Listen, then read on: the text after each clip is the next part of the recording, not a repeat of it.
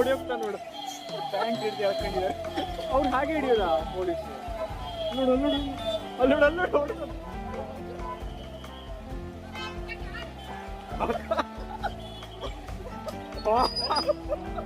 ಸಮ್ಮ ಆಯ್ತು ಈಗ ಲಾಟಿ ಇತ್ತಲ್ಲ ಭಯಂಕರ. ಇವತ್ತು ಲಾಟಿ ಆ ಕಡೆ ಒಬ್ಬ ಹೇಳ್ಕೊಡೋದು.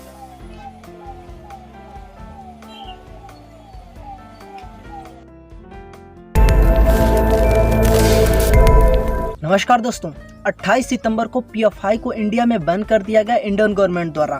इसका किस प्रकार से कनेक्शन बाबरी मस्जिद से था, 9/11 अटैक से था और साथ में इसका कनेक्शन किस प्रकार से वर्ल्ड टेरर ग्रुप से था, आइए इस वीडियो में जानने की कोशिश करते हैं। सन 1992 ईस्वी में जब बाबरी मस्जिद को डिमोलिश किया गया था तो साउथ इंडिया में बहुत से फ्रिंज एलिमेंट्स उभर कर सामने आए थे।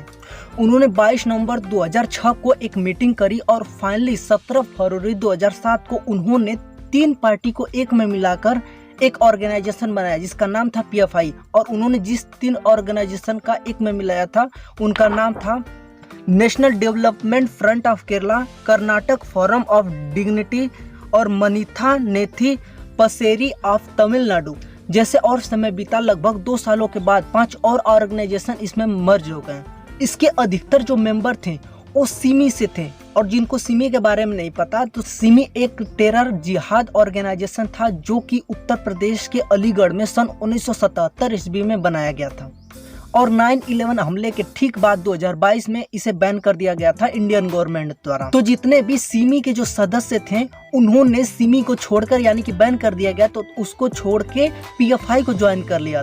जैसे जैसे समय बीतता गया इसे मिडिल ईस्टर्न कंट्री के साथ कनेक्शन हुआ और वहां से फंड मिलने शुरू हुए और साथ में इसका कनेक्शन वर्ल्ड टेरर ग्रुप से हुआ, जैसे कि Islam state of Iraq and Syria. जैसे जैसे ये ऑर्गेनाइजेशन और बड़ा होता गया और फैलता गया तो इसका जो हेड क्वार्टर केरला के कोझिकोड में था उसको शिफ्ट कर दिया गया नई दिल्ली में। सन 2014 में केरला गवर्नमेंट ने कोर्ट में एफिडेविट सबमिट किया और कहा कि पीएफआई द्वारा लगभग 27 पॉलिटिकल मर्डर हुए हैं, 86 अटेम्प्ट ऑफ मर्डर हुए हैं। पीएफआई का बहुत सारा लिंक वर्ल्ड टेरर ग्रुप के साथ मिलता रहा है और पीएफआई के कुछ मेंबर तो आईएसआई ज्वाइन करके सीरिया, इराक और अफगानिस्तान जैसे देशों में टेररिस्ट एक्टिविटी को भी अंजाम दिया है।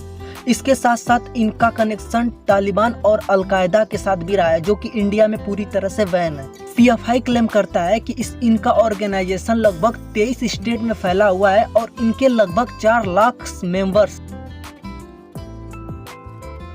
22 सितंबर आधी रात को ऑपरेशन ऑक्टोपस के तहत एनआईए और ईडी ने तमिलनाडु और केरला के लोकल पुलिस के साथ मिलकर एक रेड मारी।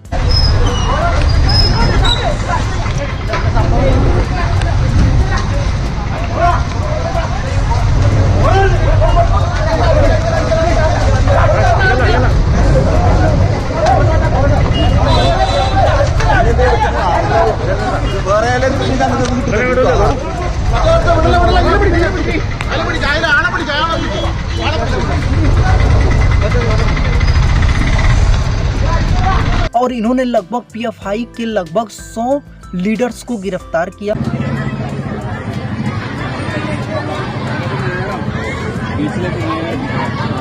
पीएफआई के द्वारा इसका जबरदस्त विरोध प्रदर्शन किया गया और इन्होंने लगभग 5 करोड़ की प्रॉपर्टी को नुकसान भी पहुंचा।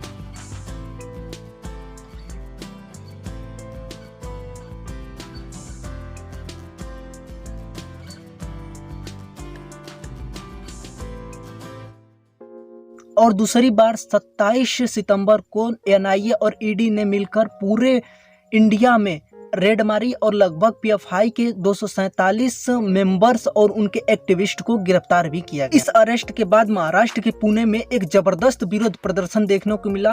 पीएफआई के कुछ सपोर्टर्स और उनके मेंबर्स के द्वारा अल्लाह अकबर और पाकिस्तान जिंदाबाद के नारे लगाए गए, ऐसा भी कुछ मामला सामने आया।